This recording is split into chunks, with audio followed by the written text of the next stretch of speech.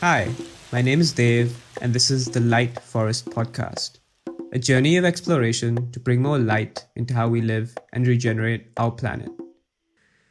Hello, listeners. Welcome to episode 7 of the Light Forest Podcast. Thank you for joining. In this, we're going into part 2 of our conversation with Gregory Pettys from Pun Ecovillage and Hireth Substack. If you haven't heard the conversation that was published last week, episode 6, I highly encourage go and check it out. It really sets the foundation for our conversation today, where Greg unveils his animation around seed and what it means to live in right relation with the planet.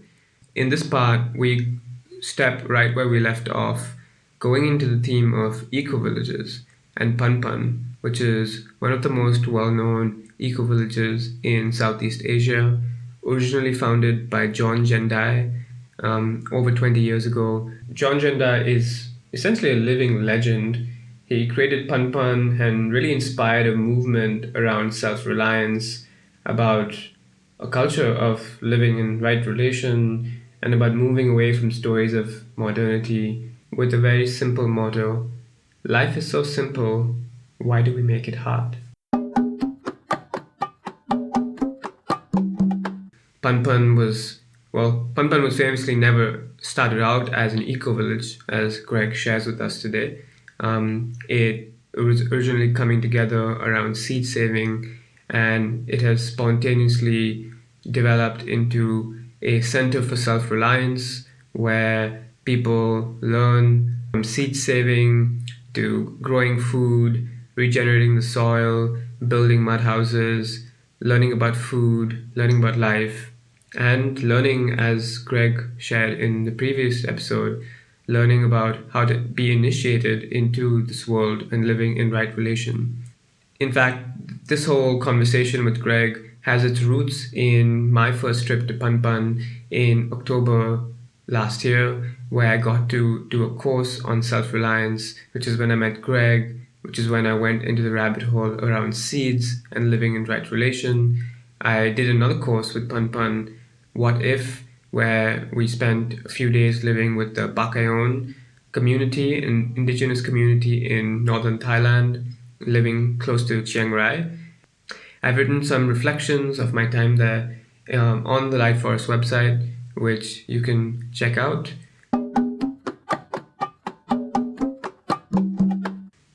In this part of the conversation, we dived into the concept of eco-villages, the different types that exist, and the role that they play in helping people learn how to live in right relation and find alternatives to the typical life of modern living in cities.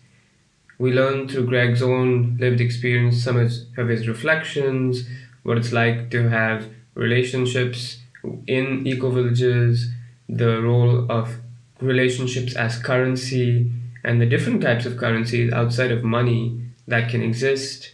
We learned about the kinds of economic models, as well as the financial anxieties and some of the other challenges of living in these kinds of spaces while still living in relationship with other parts of society. We also dived into, I think, a really important question around having children and having family. Greg shares his own reflection and his own journey of not wanting to have children or a family to having one today. I would love your support if you're a listener and you like this conversation to share this with a friend, and at the very least, hit subscribe on Spotify, on Apple Podcasts, or directly on the Light Forest website, lightforest.world, where you'll get each episode sent to your email inbox, as well as other updates and writing from the Light Forest world. So, with that, let's get into the conversation. I'm sitting right now, I'm looking at just these trees and these mountains behind us. And we went, like surface we're in Pun, which is your home, and we're in your house that you built. with your own hands, along with your family and friends. Mm-hmm. So in this theme of initiation, and maybe this is a segue to Pan Pan, but also eco-villages or just spaces of initiation that exist today, where people can come. Like, yeah, how do you see these kinds of spaces, the space that whether it's Pan Pan where you're in, or other eco-villages that have been trying to bring some sort of right relation, remembering. I've had my own share of remembering and learning about right relation right here in Pan Pan. And how we might initiate ourselves from modernity into something else. Yeah, I think they play a huge role. You know, just like like throughout Thailand, there's these centers you go to like meditate, or reconnect with yourself in a way that's hard to do if you're stuck in the daily grind. And it's really hard in the modern world to conceptually understand what we're here talking about now, but even more hard to tangibly penetrate into. Like our like cities don't allow it. They don't allow it. Like right relation, these concepts we're talking about, and to have like we're talking about the conditions for awaking dreams. I mean, we barely stepped into that. That would require 10 years of conversation, and initiations to really delve into. But if we're ever going to head that way, we need to at least be in a place where we consistently touch the soil, and not just do it as a hobby, but as a foundational method. Grounding. Like in any intact culture that I've had the pleasure of spending time with, everyone is a farmer. You can't do any of this if you're not a farmer. It doesn't mean that you're like the main farmer who's farming 10 hours a day, but you have to have a foundation. Like that's the most important understanding. Right now it's like the most understanding is money, I guess, right? But it has to be, money is made up. It can't feed you. Yeah. It can't do anything. You have to have a very tangible daily interaction with soil. And so these places offer that. You can see how that is played out. Like not everyone at Pun Pun is farming all the time, but everyone is farming every day in some capacity, even if there's a daily interaction with the land, and there's a basic understanding of what needs to happen to keep life living and keep seeds alive. And that seems the most basic law of being a decent human ever. No matter what culture you come from, historically, what caste, like that has to be known. But it's not now. It's terrifying how many people have no really understanding. It's like I'm speaking another language if I bring that up to most people. It's amazing. And so these communities offer that. And then they also offer, usually, how to live with other people, which is not something most people know how to do. Yeah. How to manage our emotions, how to manage conflict, So you need to see how to do that, So I'm really grateful for these courageous communities that are trying it. And we are at a point, like we don't have a lot of genuine elders, I would say. We don't have a lot of living examples of how to do these things well. So most places are just winging it. That takes a lot of courage. I tip my hat to anyone who's trying to do it, because it's very difficult. It's very overwhelming, but people are doing it, and you have to, start. And there's many different ways to approach a quote eco-village, but essentially, like permaculture or any of these new terms that are springing up, they're not new. Eco-village is the oldest thing in existence. It's people living together with the land. That's what we do. That's what we should all be doing. I'm pretty convinced you can do it in a city too. There seems to be ample evidence of that in the past, all throughout the Amazon and different areas. There are massive cities that were still living in right relation with the land. I think it can be done, but we're not doing that because we've severed that understanding of reciprocity. But you're to go back to your question. Historically, this like what we're looking at now, ecovillages. I don't think necessarily that long. Really, the first I ever heard about was Oroville, which I'm going to actually next month. They've been around, I think, around like 50 years or so. But ecovillages are as old as humans have been here. It's like just villages living with land together. But there's different versions, and I'm kind of an eco-village junkie. I'm about to go on this tour of India, looking at many different eco-villages. There's so much to learn because everyone does it so differently. Yeah. Like I think you already mentioned, like when John Dye started Pun Pun, there was no intention to make a community, which often happens. Just like with seeds, with a forest, there's no intention. It's wild, it's chaotic, which really triggers the modern mind too, because we like order. Yeah. There's no order. It's just chaos. And like people come, they like it, they stick around, and slowly someone else comes, and then another, and before you know it, you got a village, But it has to start somewhere. And there is some, I think, ancestral attraction to it, because Joe didn't ask for people to come here. They just started coming, because there's some like yearning. You see someone doing it, and something in you is like, I want to see what that's all about, But just like in nature, like the forest in Thailand is doing forest differently than how the forest in Colorado is doing forest. Everyone's doing it differently, that needs to be honored. Yeah. Diversity is crucial. And so eco-villages are very different. Like there's this one in Portugal called Tamera, you might be familiar with. They're really focused on like radical love and like recognizing that if we're not radically intimate amongst ourselves as lovers, then how can we be radically intimate as nations? And it gets real deep and it's philosophical, and that's not how we do it here. But I've learned a lot from them. And like cross-pollinating views, there's like this web that's budding more and more around the world, and we connect a lot and learn a lot from each other. And there's places you can go and learn everywhere. The Plum Village community is fantastic. Yeah, I don't know how much further down that rabbit hole you would like to go. Well, I love this concept, the importance of cross-pollinating, because it strikes me that we're living in this time now where we can do it in way easier ways, either physically transporting yourself or just online. So many resources, so many ways to share and learn. What is that world like? Is there an interconnected ecosystem of people in these eco-villages talking to each other, learning, sharing? Like how thriving is this space? Very.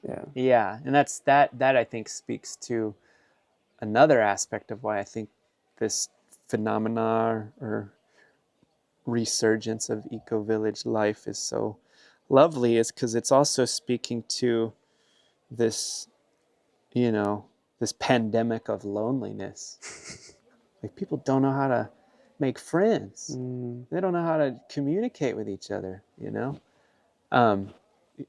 Built into Ecovillage is how to interact with each other. Or maybe not even how to. Interacting. Like sometimes there's conflict, but you're still engaging with people, which feeds something. Like sometimes it's like, I don't even know if necessarily the relationship needs to be good. There just needs to be a relationship. A lot of people don't have any. They're just in their apartment all the time. There's nothing, You need to have something.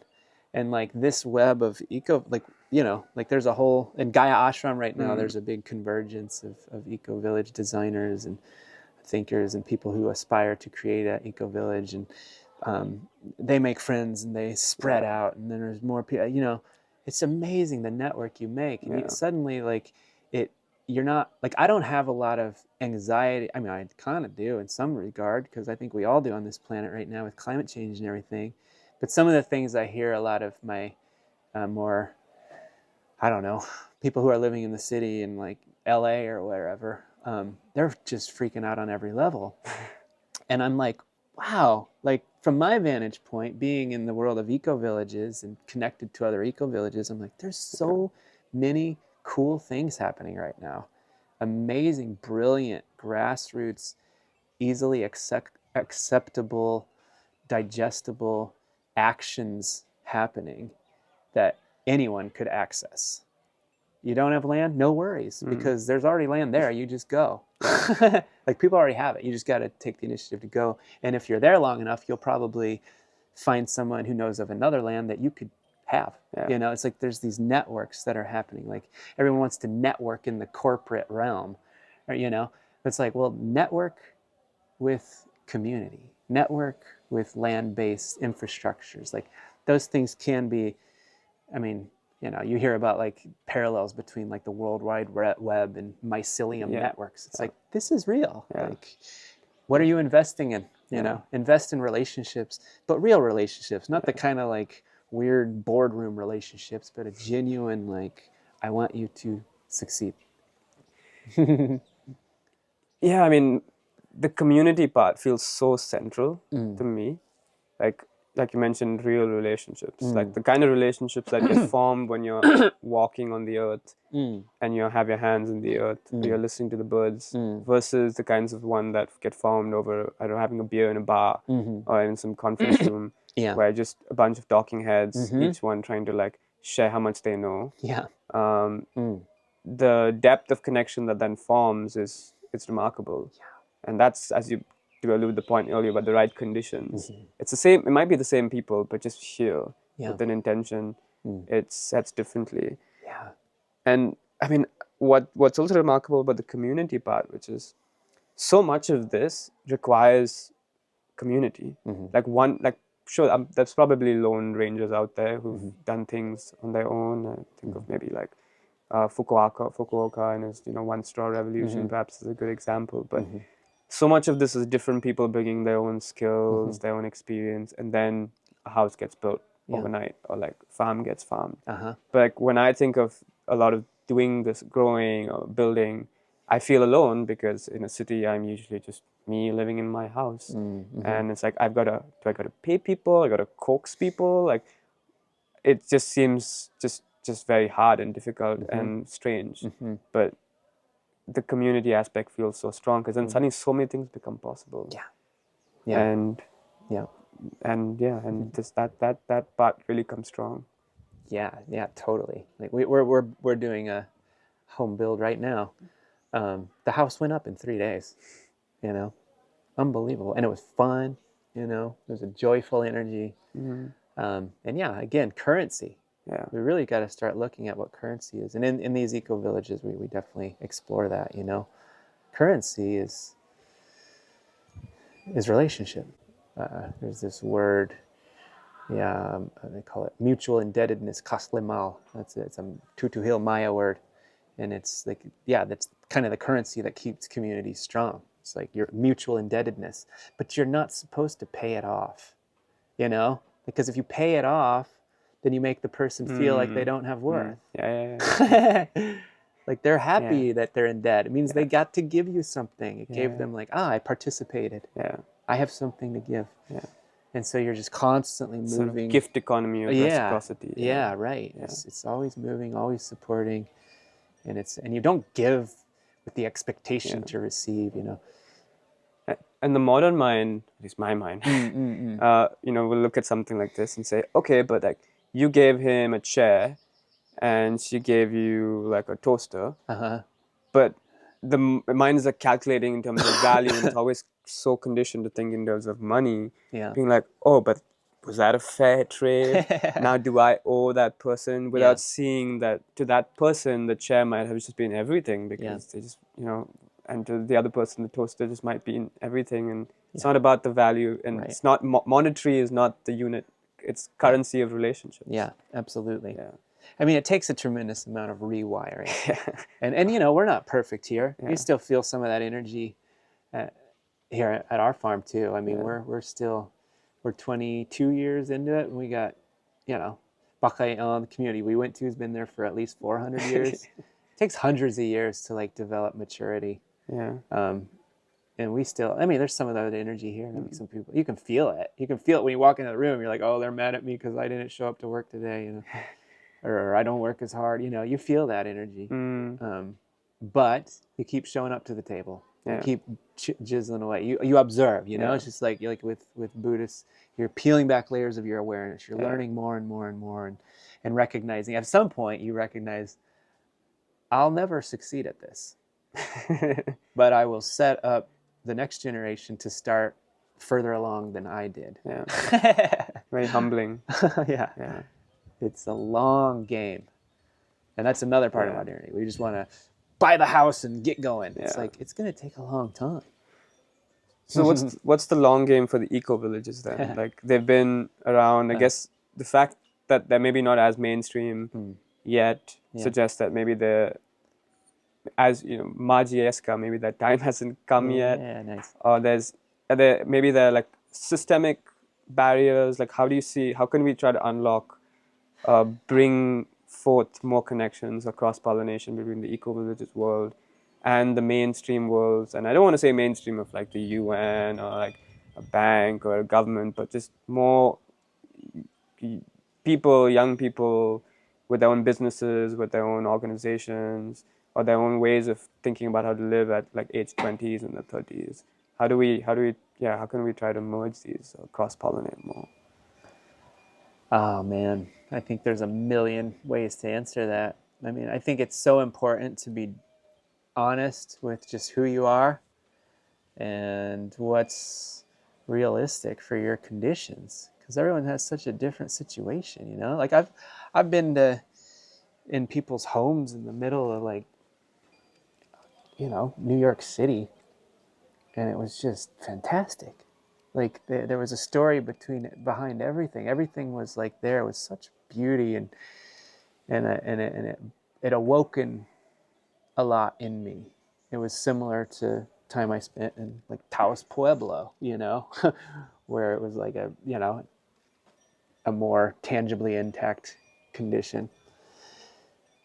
But they weren't in that situation. They were in New York, so they had to do it where they were with what they had, and they did, and like you did when you started the conversation. You're like, well, okay, but I'm I'm in the techie world. I'm like, dealing with Bitcoin or whatever, It's like, well, then honor the reality of the condition. Yeah. Honor what's going on. Don't kid yourself. Yeah. Be like, we are mining the earth.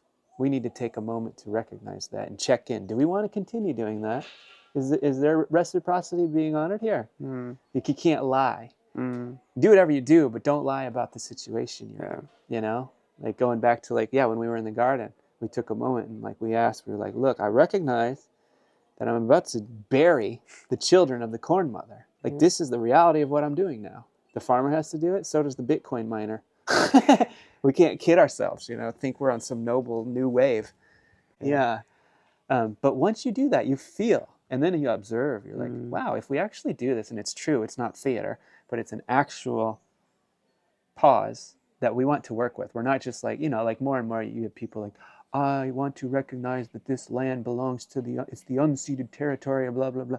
But then they'd have no intention to ever give land back or anything. Like in Australia, right? They start every event conference with that, and it's listening to it sometimes. Yeah. It's nice that someone's mentioned it, but I don't feel anything. Yeah, right. But if your true condition is, I'm here, I can't move out of this right now, but I actually truly am trying to be in right relation, you just start where you are and you do what you actually can with a sincere commitment that when the conditions are improve, I will act on that. I will go closer. And of course, the long game is about that humble pie where you're like, I'm not going to get very far this lifetime. Like, we're not in the most ideal time. Fair enough, but what is time? That's another conversation, It's 1 day, 1,000 years, but you set it in motion. You can't, anytime people get carried away, they're like, another story just flew into my mind about another lifetime where we had this billionaire come into our circuit when I was out in Colorado. Okay. And he had a breakdown and wanted to right all his wrongs. And so he threw all his good intentions of this harebrained, crazy idea, and it ended up doing more harm than good. The path to destruction is paved with good intentions. Totally. Yeah. And so it's good to start small and realize that small is fantastic, Like, I mean, there's so many, going back to stories. I remember stories of in the Bible growing up about that, about the rich man who like came in and I'm donating all this to Jesus or whatever. I'm probably screwing up the story. But then there was one homeless person who had like nothing but like this coin and gave the coin. And like God was like, this is it, you know? So being sincere, being, you know, confident that what you're doing is enough. You know, not everyone needs to just go start an eco-village, but everyone can wake up a little before dawn and say something nice to the sun and start regenerating our wiring to one that's more rooted in honoring life. You know, that matters, you know.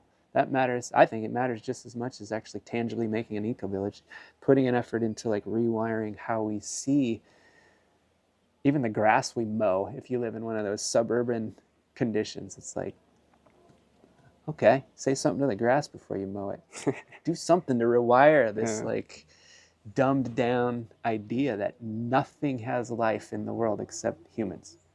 I think that all matters. It's all connected, right? Yeah. And if you do have the privilege and communities that want to take that leap, do it. Like so many people come through Pun Pun and Panya, like, yeah, just yesterday we had, you know, some mutual friends came. You know, people always looking, and then when they get here, they get nervous.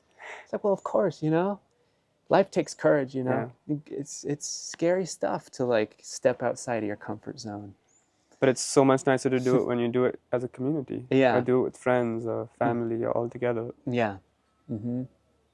And then, like you were stepping into, like at a bar, chatting with your friends. But if you go into those places of struggle, of grief together, like, you know, I haven't known you too long, but when we were together, there was the wound. You know, you hear about, I think, is it Joanna Macy? A lot of people reference the wound. If you're going into the wound intentionally with other people, there will be a bond that's very strong. And you can, that'll take you a long way. You know, eventually you'll get to a place where you really do need some serious skill. But you'll have a foundation where you're like, I trust that we'll figure it out. Yeah. We'll learn how to, you know, treat water or whatever real skill you need, you know. Because you remember that it's not you doing anything. Yeah.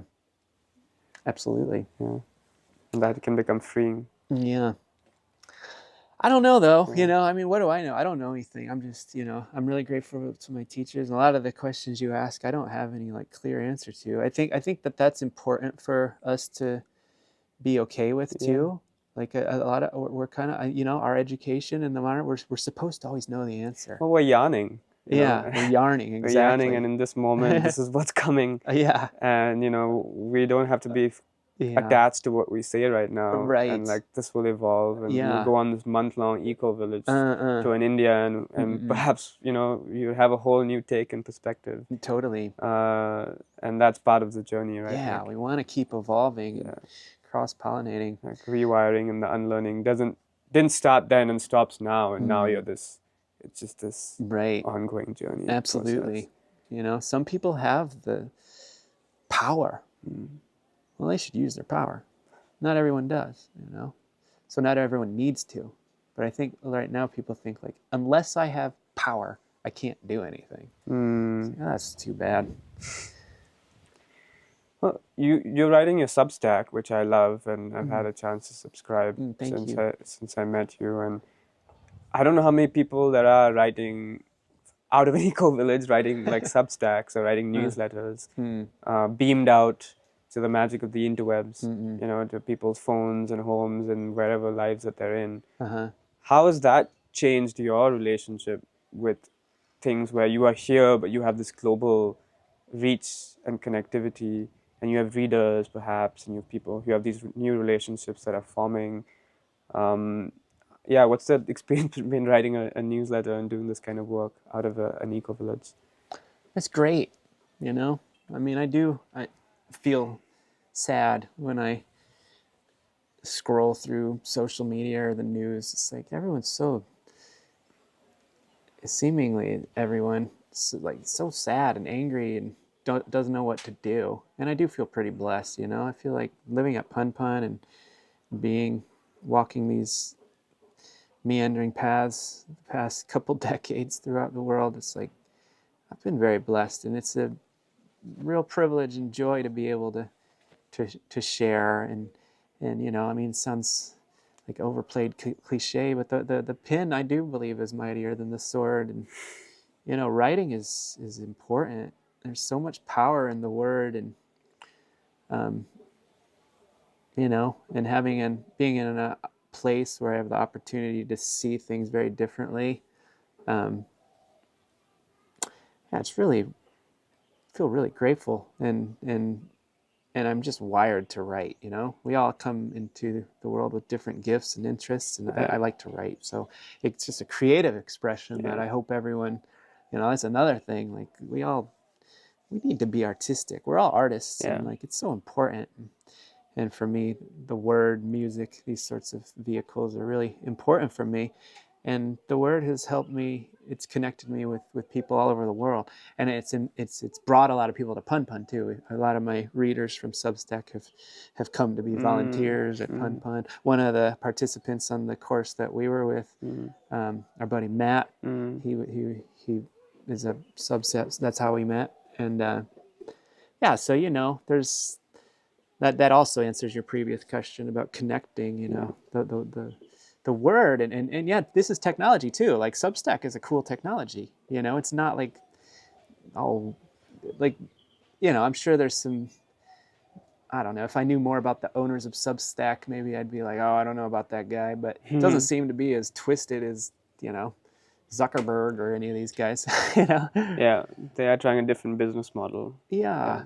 It's like very engaging. I read it every week. I get so much just beautiful, usually personal. I'm encouraging people to be more open and sharing publicly, but that's how I get it. It's hard for people to share publicly, but it feeds me a lot, because the reality that also we haven't talked about, and it's hard for people to, or they don't want to look at deeply, but it's not. Ecovillages aren't utopian. I mean, it's hard living in community. That's why people don't do it. And so I do have struggles here. I get in my head a lot, loneliness, weird stuff. Art, writing, such a vehicle for expression. Well, I'd love to go into a little bit of that actually, like some of the financial like situations of living in an eco village. Like, how do you manage life?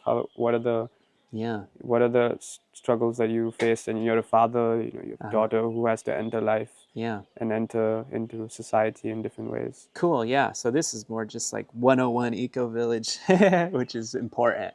I'm getting all heady, but bring it down a bit. So one of the many benefits of this lifestyle is, I mean, a lot of the anxieties of making money are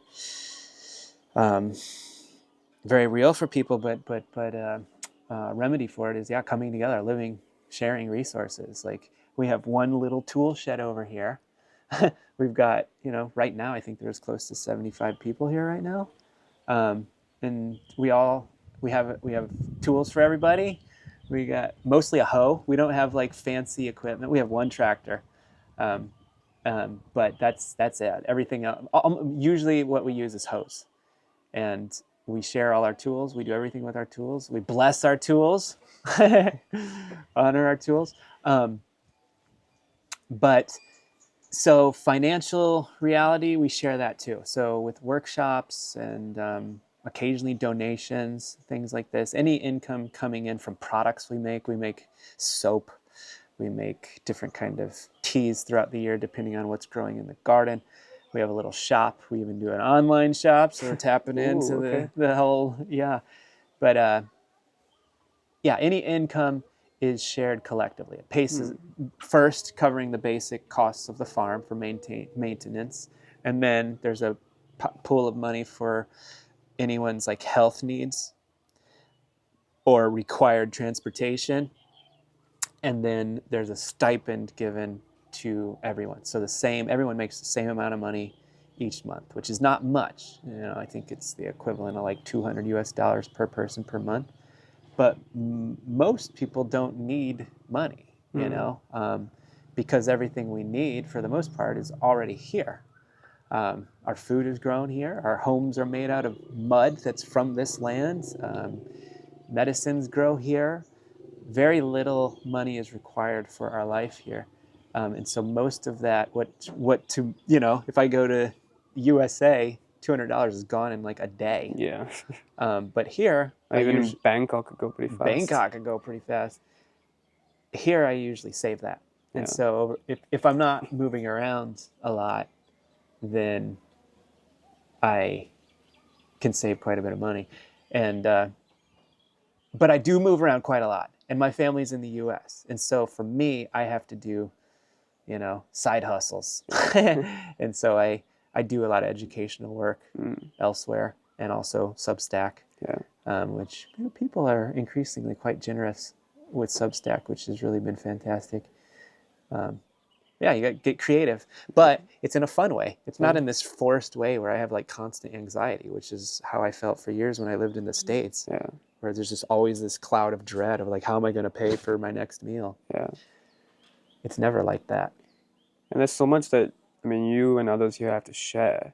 I don't want to say that it's monetizable, like forget that, but just in this idea of like reciprocity. There's a lot of people out there with financial resources who are willing to part with some of it for a lot of the knowledge and wisdom that's here. And oftentimes it's like people don't know. Yeah. Or people maybe just haven't figured out how to do it. Yeah. But I would like to think, at least I see more and more people who are in their 20s or 30s who are waking up to the fact that they've got a lot of money but not a lot of wealth. Yeah. And I would hope, at least that's how I try to hope, that in this natural way there'll be a sort of balancing where, you don't have to be here and feel like, okay, I'm living some sort of monastic, level of lifestyle. I think Osho disproved that you need to be a pauper. Like if spirituality means you have to be poor, like you can, you can live the kind of life that you want to live, as long as you're coming from that truer space. And hopefully we'll see like maybe the change that we're seeing, and you're seeing this perhaps through your newsletter, and people are coming here who are more people wanting to come, more people want to learn, and things can, really, just unlock a new ecosystem. For sure. And, it just takes, what do they call it? The critical mass. I think and, sad to say, I don't think we've evolved far enough along we're not evolved enough to learn preemptively, it seems. So probably, given the way things are, like my generation, I have very few friends who own a house, for example. And they're, I'm 43 years old. You're old at that point. You're a grown adult. You don't have a house. Like this was unheard of in my parents' generation. They all owned houses in their 20s. So we're at a point where, people are realizing like, this isn't working. Like, this is crazy. I have a family and I don't have, like, what are we going to do? Nature herself is going to force us to living rightly. And hopefully not violently, but violently if necessary. That's why there's all these fires and hurricanes and everything else. But we are waking to the fact that, if nothing else, to the fact that we know that this isn't the way to do it. So the next step is doing it the right way, and that looks a million different ways, but it does all seem to be related to community and land. Yeah. And I'm excited about that. I think it's happening at an exponential rate. Yeah. Like even at Pun Pun, like every year we get significantly more people coming through.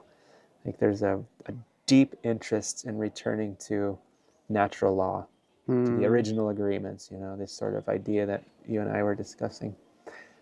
But not without struggle, that's important to realize. Like I think with modernity, we have this idea that, we can figure it out and not have struggle. You can't. And you can't really get rich either. Like it's a really hard pill to swallow for people.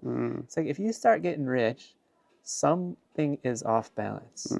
Like you'll never get rich off farming. You can't be done unless someone is being exploited, unless the land is being not well tended to, And it's the same for Bitcoin and everything else. You know, that's a real tough pill to swallow. I know, no one wants to look that way. But it's like, why do we need to be rich? Like, we got to get away from that thinking. Like, we're already rich. Like, look what the earth gives us. And we like to poetically, like, entertain that thought, but we have to really initiate ourselves into that awareness. Yeah, I mean, you're so right. And I mean, when I think of it, buying a house and these kinds of things feel like such daunting tasks. And then it drives the desire to, oh, I need to get richer, because that's the only way I'll be able to, provide. But I think right now we're living in a place with, radically new ways of being and relating, and communities and community ownership. And I'd like to think like these kinds of things will become more commonplace. Perhaps even in cities, but at least, in rural areas.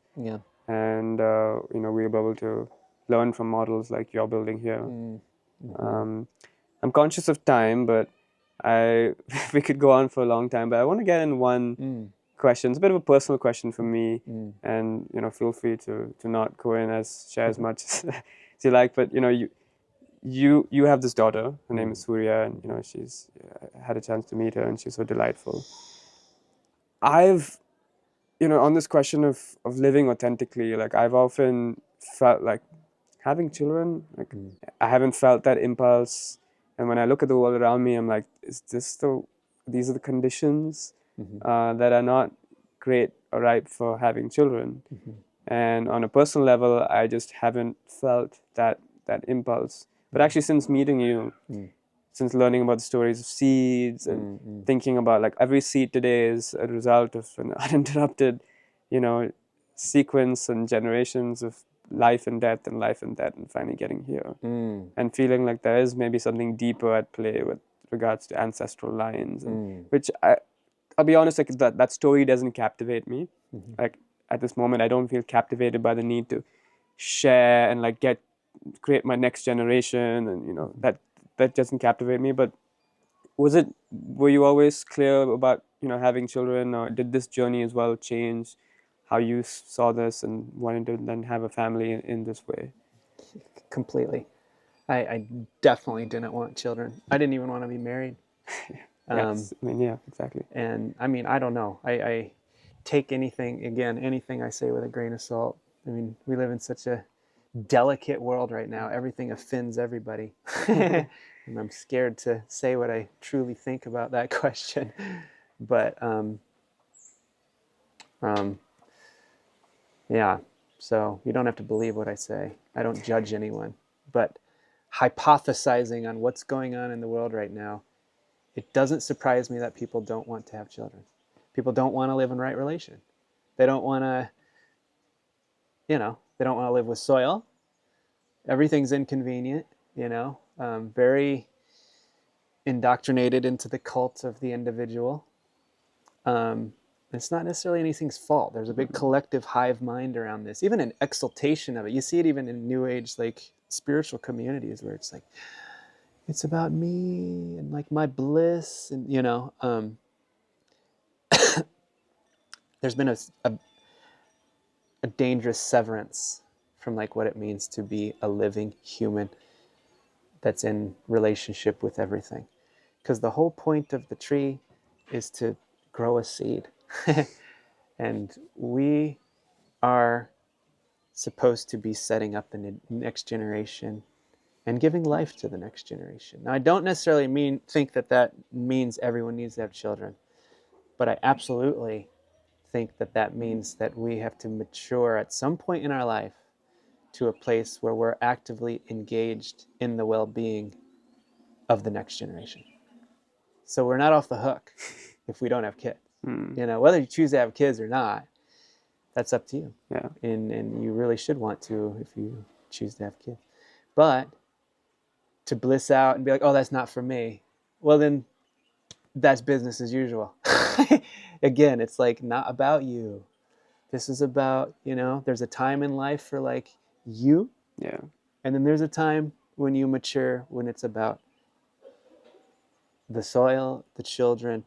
And right now it's, you're right. The conditions are not right.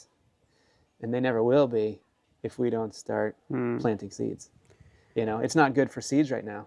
Doesn't mean that we shouldn't be planting seeds. Yeah. And, you know, I mean, it's a delicate conversation. I mean, tons of respect to anyone, whatever choice they make. But, like, for example, a lot of, oh man, I'm really nervous to say some of this. Like, I mean, all blessings. Like, what an interesting time. I'm so glad that people are so experimental with their lifestyles. And I think that that's necessary.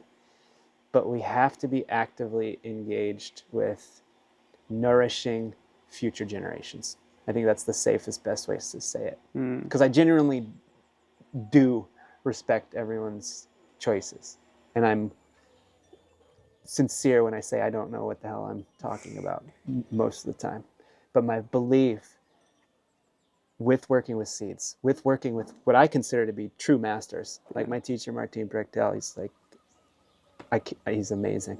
And I really am so grateful for him. And absolutely so much of what I say is inspired by him, and so much of what I feel and how I live. And I think we should seek that out more too, like finding elders. There aren't many left. And if you have access and relation with one, what a blessing. Keep their story alive and feed it to the next. But until I met him, everyone I met was a celibate monk. Those were the people I was following. Yeah. And then I'm realizing the celibate monks aren't so engaged with life. Now, of course, there is like this deeper, you know, ultimate truth reality to that. And granted, I'm a practicing Buddhist. Like, you know, I'm, you know, I get it. I mean, I don't get everything, but I'm immersed in that enough that I understand the counter argument. Yeah. But there's ultimate truth and relative truth. Yeah. Relative truth requires us to be genuinely engaged, not from the coffee shop, you know, not from Copenhagen, you know, not from the festival, but in the field, in the family, where it's exhausting, not necessarily comfortable. Like, life requires us to get into life. And I, with all due respect to so many of my friends who are having a just bliss, they've been on a bliss train for decades. I hope sometime they get off the train and get into life and start feeding a time beyond now. I don't know.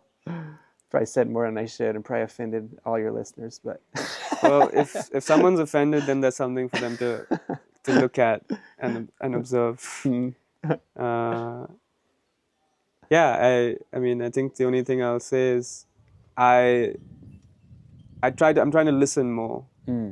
And, you know, whether that's to my true self, or listen to nature and listen to everything, and also not get fixated to maybe opinions I held a year ago or 2 years ago, and trusting that if that is to be my path or journey, then I will hear it clearly, and then I can live it with the kind of dedication. Because I do see, while there are a lot of people out there who are not planning on not having children for all kinds of different reasons, I feel like a lot of it is there's either people who are just having kids because that's what you do, that's the story of modernity as well. Yeah.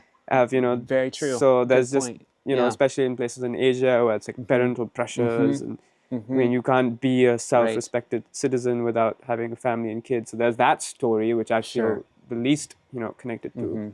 Then there's the other story of like, oh, I need more resources for myself so I can, you know, go for expensive holidays and buy nice things. And how can I afford that if I have to spend it on a kid? So I'm going to not have a kid. Right. And there's those like conditions, which like I'm hoping like those will not be the things that ultimately like, you know, lead to the decisions. Absolutely. Yeah. I think I'm so glad you brought that up. I mean, all of this, there's nothing so black and white. There's so much required of us now. We have so much we need to pay attention to, you know, like that needs to be addressed. Yeah. And I don't want to be part of the generation that's like, I mean, trauma transference. And, you know, I mean, it's remarkable, you know, the work that, you know, you and so many people do to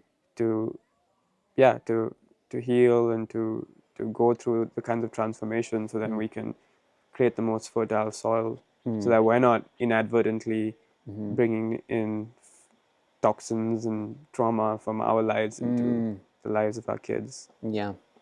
Yeah. Absolutely. Absolutely.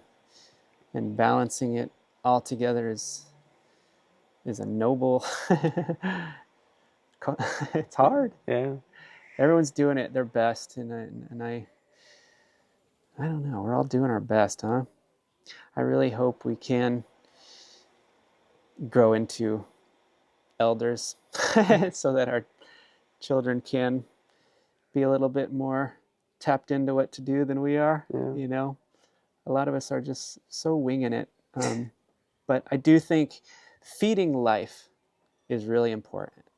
And however that looks for you, you got to look deeply into it, you know, and then not just for you, but collectively. So whether it's children or movements, ecovillages, this is all being a father, being a mother, you know. I don't know. And I think that that's my prayer, you know, is like being humble enough to try to speak to whatever our ancestors were speaking to when they didn't know. Because there was a time when they didn't know what to do either. And I feel like we're back at that point. It's like, I don't know. Maybe we're just supposed to stop having kids. I totally get that argument. You know, it certainly doesn't seem like a good time. But asking. Yeah. Not just asking Wikipedia. Yeah. But asking the holy that's all around us every day at dawn, you know, what do I do? I don't know. Asking. I love that. Well, as we just get to the end of this conversation, I surfaced your Substack. It's named Hirit? Or Hirait. And there's a story behind that. Yeah, there is. Thank you for bringing that up. I think it's important, and I don't talk about it enough. I think words really matter. They have such power and story hidden in them, you know. But for me, trying to figure out where I'm from has been an interesting, grief-laden journey in itself. Coming from North America, it's just like, God, we just stole everything. And trying to figure out where we come from. And I traced it back after years of searching to Wales. Well, eventually back to the Caucasus Mountains, but, you know, more recently, Wales. And I started looking into words in the Welsh language because there's so many riddles in there, and looking at their stories, mostly the Kalevala. But in all of that, there's this word that I really love called Hiraeth. And that word, when I heard it, it's just a lightning bolt. I was like, this is the feeling I've had my entire life. And it means roughly the yearning, the longing, the grief for trying to find again a home that no longer exists. And that seems to be an emotional, spiritual place that so many of us in the modern world reside within. You know, whether we have the words to explain it, it seems to pop up in various ways all the time. Like we're just yearning for this intactness, for this story to belong to, for this place to be of, but it's gone. And we're trying to remember it, bring it back together. And yeah, so that's what that means. And then the longer title, of course, is Post-Activism in the Anthropocene, which, you know, post-activism too, I think is you know, another podcast probably. But I got that term came from another, you know, he's like the same age as me. I don't know if I can call him an elder, but he seems like an elder to me. I love this guy, Bayo Akomolafe. Oh, yes. Gosh, this guy is amazing. And Yes. a wordsmith and just a masterful storyteller and just brilliant thinker. But his whole idea is we're kind of past the end times. The apocalypse has already come and gone, and activism is no longer serving. So we have to be post-activists. We have to go into the cracks and like think wildly differently. Like, you know, example, maybe sickness isn't sickness. You know. and the Anthropocene. Yeah, you're probably familiar with that's just what we're in right now, the mess we're in right now. Bayo Kamolafe has this wonderful phrase that just sent vibrations down my body, where he said, "The crisis is our response to the crisis." Yeah, totally. And like that, I sat with that. I feel like it was something I could meditate on. Yeah. Oh my gosh, so many. Another one. These are urgent times. Let's rest.